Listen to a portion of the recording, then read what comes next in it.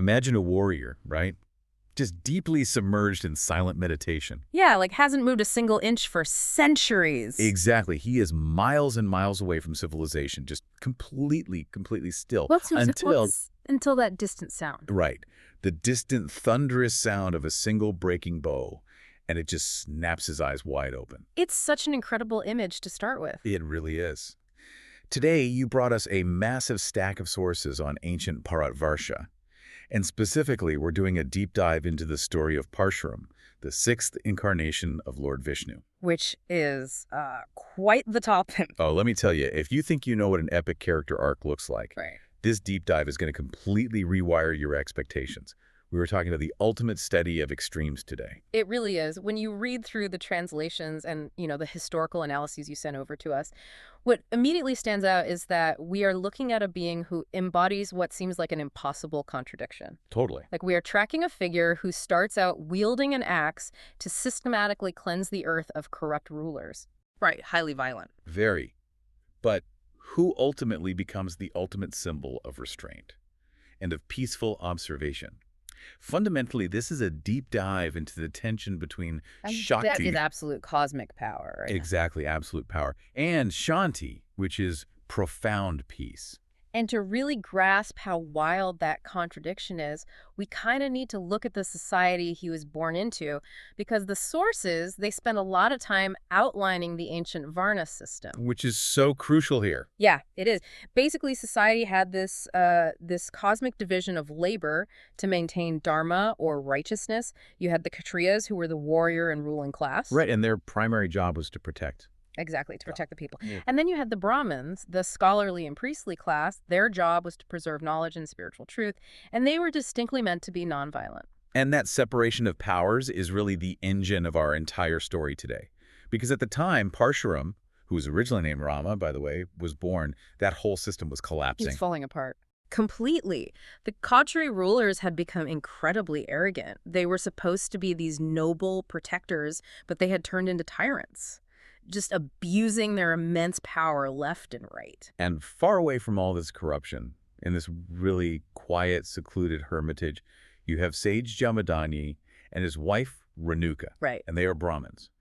But when they have their son, Rama, the sage makes a very unorthodox decision about his education. He really does, because looking at the second source you sent us, it explicitly details this dual education he gives his son. Yeah, he's mastering the sacred spiritual scriptures, chanting mantras, learning the ways of a peaceful priest. But simultaneously, his father puts him through intensely grueling warfare training. I mean, he is learning to be a lethal combatant. Which tells us Sage Jamadagni saw the writing on the wall. Oh, absolutely. He recognized a divine spark in his son, sure, but he also understood a really fundamental truth about their degrading world. That knowledge, without the power to defend it, is vulnerable. Yes.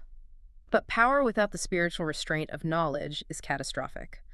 So Rama was being forged into a hybrid, a priest with the martial capacity of an entire army. Wow. But before you unleash a weapon like that onto a broken world, you have to test the safety on the trigger, so to speak. His internal discipline had to be absolute. Okay, let's unpack this, because this test is where my modern sensibilities really clashed with the text. I can guess which part you mean. Yeah, the sources describe this moment where Sage Jamadagni gives his sons an order. And it's not a mild order. The text calls it an act no ordinary mind could accept. It's a deeply severe, violent command. Against their own family. And the elder brothers hear this and they completely refuse. They are paralyzed by their emotional attachment, which, let's be honest, feels like a normal human response. Right. But Rama, he steps up and obeys his father instantly, without a second of hesitation. Now, if a commanding officer in a modern military scenario gives a soldier a brutal, morally questionable order, and the soldier just blindly follows it, we usually call that a catastrophic failure ethics. Yeah. So how is Rama's instant obedience here not just blind, dangerous programming? I see exactly why you'd make that comparison, but applying a modern military framework to an ancient cosmic trial kind of misses the underlying mechanism of the story. Okay, how so? Well, it wasn't about blind obedience to a dictator. The text makes it very clear that Rama possessed profound spiritual sight. He recognized that his father's command in that specific moment wasn't born of malice. It was a test. Right, exactly. It was a severe cosmic test of absolute surrender to divine duty, or Dharma. So you're saying it was about proving he had zero ego. That's exactly it. It was about absolute detachment. Think about it. If you were going to wield the power to judge and destroy kings, you cannot be swayed by personal attachment or emotion. That makes sense. And the ultimate proof that Rama hadn't just become a mindless drone is what happens immediately after. His father is so pleased by this flawless discipline that he grants Rama a boon, a wish. And what does Rama do with it? Right. He uses the wish to immediately reverse the violent act he just committed. He brings back harmony and restores life to his family. Which reveals his true core, you know? His choice proves his strength is guided entirely by compassion and righteousness, not by cruelty. Right. He demonstrates that he's capable of executing the harshest possible duty without letting the violence corrupt his soul. Exactly. And this flawless discipline is what gets the attention of the gods, specifically Lord Shiva. Oh, yeah. Rama embarks on this intense tapasya. A deep, agonizing penance. Yeah, the text describes him meditating in freezing cold and burning heat, starving, just totally isolated for years. And finally, Shiva manifests and gifts him celestial weapons. And the most important of these is the Parshu, the divine indestructible axe. That is the exact moment Rama becomes Parshuram, the warrior ascetic. He now possesses the spiritual foundation of an enlightened sage, but he holds the literal firepower to alter the course of the world. He is a walking anomaly. I mean, a Brahmin wielding the ultimate Kshatriya weapon. And unfortunately, the tyrannical rulers of the world were about to force his hand. Which brings us to the inciting incident. We meet King Kartavirya Arjuna. Yes. According to the lore in your notes, this king is blessed with 1,000 arms. 1,000 arms. I know. He is basically an unmatched military superpower. And like a lot of people with unchecked power, he used to be just. But the absolute dominance completely corrupted him. It always does. So one day, he's out hunting and decides to drop in on the peaceful ashram of Parshuram's father. The sage hosts him generously. But the king, completely blinded by his own ego, looks around and decides he wants their sacred, wish-fulfilling cow. Kamahenu. Right, and when the sage refuses to just hand over a sacred being, the king violently steals it. He just trashes the place. And Parshuram isn't home at the time, but when he gets back and sees the disrespect, he doesn't throw a tantrum. He doesn't rage. No. He just picks up his axe and calmly walks toward the king's fortified capital. The contrast the sources draw here is beautifully cinematic. As Parshuram walks, the text notes that nature itself grew entirely still. Wow. Yeah, he isn't bringing an army. He is bringing the inevitable consequence of the king's karma. He walks right into the royal court, completely outnumbered, surrounded by the king's wealth and 1,000-armed pride. And he simply demands the sacred cow be returned. He gives the king one final chance to choose righteousness. But the king literally laughs in his face. Big mistake. Yeah, he looks at Parshuram and dismisses him. He basically says, "You're just some Brahmin priest. What are you going to do to me?" Huge mistake. Because Parshuram dismantles him. He defeats this 1,000-armed superpower, shatters his arrogance, takes the cow, and walks back home. If this were a standard action movie, the credits would roll right here. The bad guy got beat, the hero goes home. But the sources take a massive, tragic turn. While Parshuram is away meditating again, the humiliated king's sons decide to take revenge. They ambush the peaceful ashram. And they brutally murder Sage Jamadagni. It's awful, and this is the defining fracture in Parshuram's life. The profound calm that had always defined him just shatters. Yeah. But if you look closely at the linguistic translations and the documents he provided, the specific word used to describe his emotional state isn't just anger. It is a profound cosmic grief. It's deeper than anger. Much deeper. The murder of his father, the desecration of his mother's sanctuary, it forces a monumental shift in his existence. So he takes a legendary vow. He swears to rid the entire earth of every tyrannical Kshatriya who has abandoned their duty to protect. Every single one. And he doesn't just defeat one army and call it a day. The texts state he cleanses the earth 21 times. Now, I was reading this and my first thought was, this sounds like a vigilante who realizes taking out a mob boss doesn't work. Right. So he decides to tear the entire corrupt city down to the studs over and over again. But earlier you mentioned that he represents cosmic law. So is vigilante the wrong word here? What's fascinating here is that, yeah, vigilante implies someone acting outside the law because the law failed. In this philosophical framework, Parshuram isn't breaking the law. He is the cosmic law correcting itself. Okay, I see the distinction. But your analogy of tearing a structure down to the studs is actually very apt. Think of it more like a controlled burn in forestry. Oh, I like that. So it looks like absolute devastation to anyone standing in the forest. Precisely. It looks like the end of the world. But the ecosystem of the Earth had become so rotten with corrupt rulers that it actually required a violent, searing fire to burn away the decay. So that new, healthy leadership could grow. Exactly. As for the specific number, 21 times, the texts offer a few mechanisms for this. Some suggest it was retribution for the 21 times the king's son struck his father. Oh, wow. Yeah, and others say 21 represents the subtle elements of creation in ancient philosophy, meaning this was a total, absolute purification of the societal body. But doing that 21 times, I mean, the sheer psychological weight of that much death has to be staggering. Even if it is a controlled burn, he's the one holding a match every single time. And that is the brilliance of this narrative. It doesn't glorify the violence. It deeply explores the psychological toll of karma. Yeah. Parshuram acts in accordance with his divine vow. He restores the balance. But underneath the warrior exterior, he is still fundamentally a sage. He feels the immense crushing cost of the bloodshed. With each campaign, the spiritual weight just grows heavier. It does. So it's not something he is reveling in. Not at all. And this is what separates him from the tyrants he destroyed. The fire of destruction forces him into deep introspection. He realizes that violence, even when entirely justified, creates a cyclical trap of karma. It never really ends. Right. He recognizes that you cannot permanently heal the world solely with an axe. So once the 21 cleansings are complete and the earth is handed back to righteous caretakers, he actively chooses to step away. Yeah. He surrenders the conquered lands and retreats back into penance. Which brings us to a really fascinating transition. Because if your entire identity for a lifetime has been the universe's ultimate weapon, what happens to your psyche when the universe no longer needs you to fight? That's a huge identity crisis. Right. So to understand how Parshuram adapts, we have to look at the cosmic timeline the sources use. Yes. The yugas. Yes, the concept of the yugas is essential here.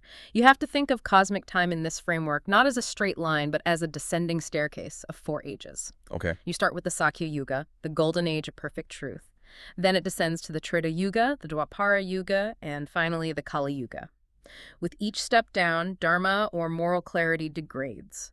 It loses a leg to stand on. So Parshuram's violent cleansing happened as the world was slipping out of that pure golden age. Correct. But as the wheel of time turns, he becomes a Chiranjivi, an immortal being destined to witness the turning of these ages, which leads us right into the Treta Yuga, which is the era of the Ramayana. Parshuram is deep in meditation in the mountains.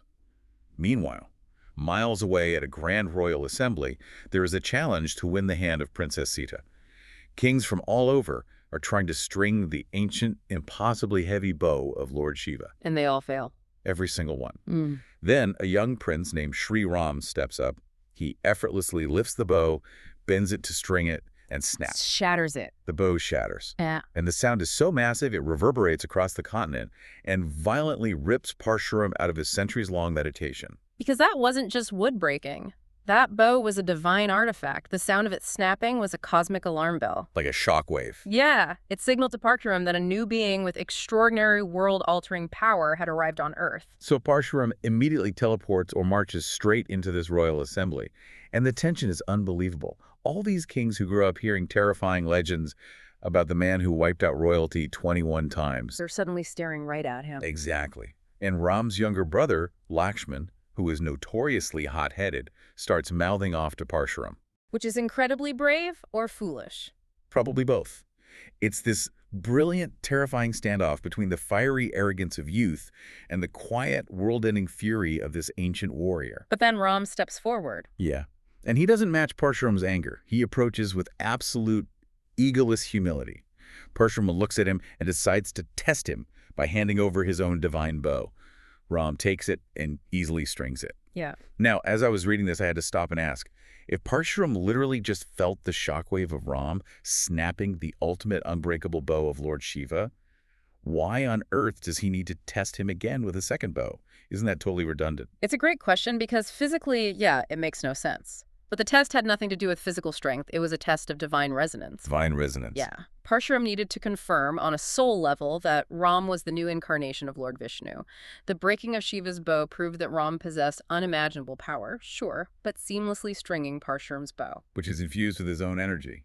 Exactly, a weapon infused with Parshuram's own divine energy. That proved his identity and his cosmic purpose. Oh, it's like a cosmic fingerprint check. He's verifying the divine source code. Beautifully put, yes. And the moment Ram strings it, all the fire and fury within Parshuram just dissolves. It just lets it go. Completely. Yeah. He realizes that the Treta Yuga doesn't need an axe.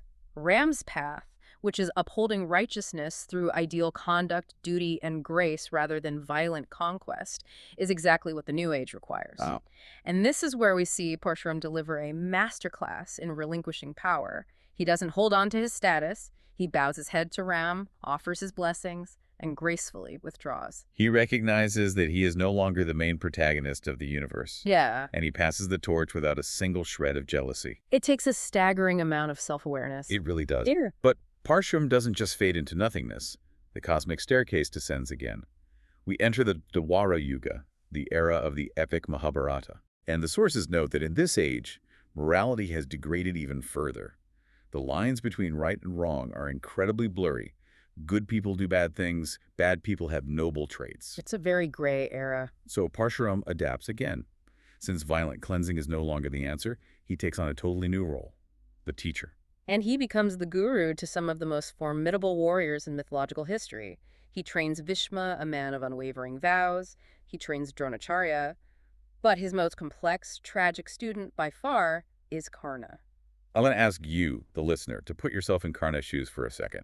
Karna has this raw, incredible talent. But because of his complex birth, he is raised outside the royal Kshatriya class. Society constantly rejects them. Right. He is desperate for a mentor to teach him advanced cosmic weaponry. So he approaches Parshuram.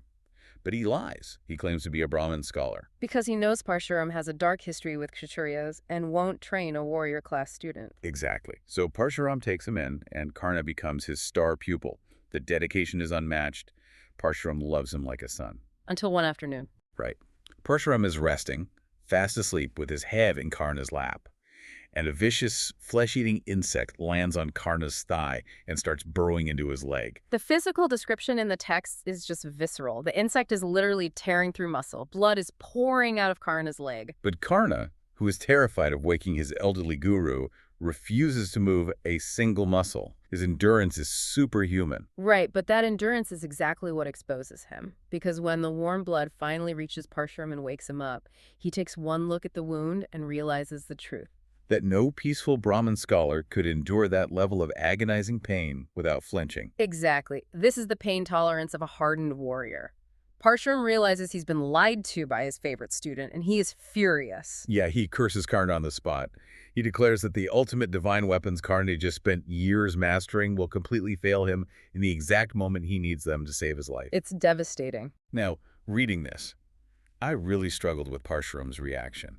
Here's where it gets really interesting, because I'm looking at this text, and I'm thinking about a brilliant, desperate student who falsifies a college application to get out of poverty. Ah, I see the comparison. Right. Like, yes, they lied. But once they got into the school, they worked harder than anyone else. Karna's love for his guru was real. His dedication was real. Wasn't Parshuram's curse a massive overreaction? This raises an important question, and that reaction you are having is exactly the moral dilemma the text wants you to feel. From a human emotional standpoint, it feels incredibly harsh. Extremely harsh. The sources even suggest that Parshuram understood Karna's societal struggle. He recognized Karna's noble heart and immense potential. Wait, so if he understood Karna's pain, why follow through with such a devastating curse? Let me guess. Does this tie back to him being the enforcer of cosmic law? You're tracking exactly. Because I'm looking at the overarching theme of these sources, and it feels like Parshuram realizes that letting a lie slide, even a deeply sympathetic one, would unravel the cosmic truth he's sworn to protect. You've hit the nail right on the head. In the Dwapara Yuga, where morals are already decaying, you cannot allow the ultimate world-shaping weapons to be built upon a foundation of falsehood. Even for a good reason. Even if Karna's intention was pure, like a desire for knowledge, a lie corrupts the root of that knowledge. Parshuram represents the absolute, uncompromising laws of karma. Wow. His curse isn't born of petty human revenge for being tricked. It is the tragic enforcement of reality. Actions have inescapable consequences. If you acquire truth through a lie, that truth will abandon you when the illusion shatters. It's the universe demanding strict accountability, regardless of how sympathetic your backstory is. Precisely. And through that deeply painful act, Parshuram transitions from just being a teacher to being the tragic enforcer of consequence. He has to watch the student he loved walk toward an inevitable doom, knowing he was the one who sealed that fate to uphold Dharma. Which brings us to the final step down the cosmic staircase. We cross the threshold into the Kali Yuga, which is the age we are currently living in. Yes, the present age. According to the texts, the world is now deeply material, highly chaotic, and disconnected from its spiritual roots. And how does Parshuram adapt to our age? He retreats entirely. He goes to the most remote, untouched mountain peaks. He transitions from being an active warrior to a tester of kings, to a teacher of heroes, and finally, to pure awareness. A silent observer. The sources say that sincere seekers can still feel his presence, transmitting wisdom without a single spoken word. And there's a prophecy, right? Yeah, that he is waiting in the high mountains to eventually mentor Kalki, the 10th and final incarnation of Vishnu, who will come to reset the cycle of time. If we connect this to the bigger picture, when you zoom out and look at the sheer span of his existence, Parshuram's journey is the ultimate blueprint for the evolution of the self. So what does this all mean for us? Well, look at the symbol of his axe. In his youth, it is a literal instrument of violent destruction. But as he evolves through the ages, the axe transforms into a philosophical metaphor. It becomes the tool of discernment, the power to cut through your own illusions, to sever your own ego, and to perceive the truth hidden beneath the chaos. It stops being about fighting the external world and becomes entirely about conquering your internal world. Exactly. His life teaches us a very nuanced lesson about power. Power itself isn't evil. It must be understood, mastered, and guided by a higher purpose. Right. When power is aligned with righteous duty, it protects the innocent. When it is driven by ego or attachment, it destroys everything it touches. Parshuram had to wield unimaginable, terrifying power to restore balance to a broken earth. But his ultimate victory wasn't defeating thousand-armed kings. No, his ultimate victory was possessing the wisdom to know exactly when to lay that immense power down. Because it takes so much more profound strength to willingly walk away from ultimate power than it does to accumulate it. And that is why he endures as a Chiranjivi, an immortal witness. He occupies that incredibly difficult space between action and stillness. Yeah. His legacy proves that maintaining order isn't always gentle. Sometimes it requires severe, difficult choices. But he also proves that no matter how deep you go into the fire of action and duty, your final destination must always be a return to the quiet truth within yourself. I really want to thank you, the listener, for providing the stack of research for this one. This deep dive went way beyond just recapping the mythology of an ancient warrior. It really did. It opened up a timeless, complex operating manual for how we handle our own responsibilities, how we navigate morally gray areas, and how we might develop the wisdom to recognize when our specific role in a situation is finished. It is a powerful reminder that continuous adaptation and transformation are always possible, no matter how deeply entrenched we think we are in our current identities. Which leaves me thinking about that vivid image we started with. The heavy, battle-scarred axe resting gently against a perfectly serene meditation altar.